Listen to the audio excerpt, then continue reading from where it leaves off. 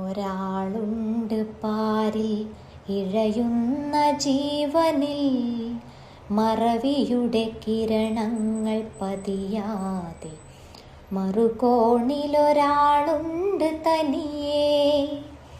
കനിവിനായി നിനവുമായി എരിയുന്നൊരാൾ, കടലിൻ്റെ ആഴങ്ങളറിയാതെ മറുകരയിൽ കാൽ വിരലൂന്നി വഴി തേടി ചെന്നെത്തിയൊരാൾ. വേരറ്റു പോവാതെ ഉടലിനും ഉയിരിനും നടുപ്പാതിയാം വണ്ണം നിലകൊണ്ടൊരാൾ.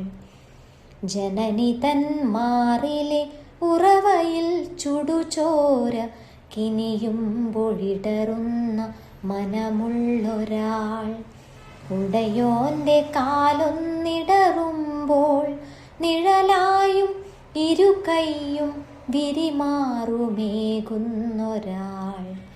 കുളിരുന്ന നേരത്ത് മറുപാതി എന്നോർത്ത് തലയണക്കെട്ടുകൾ പുണരുന്നൊരാൾ.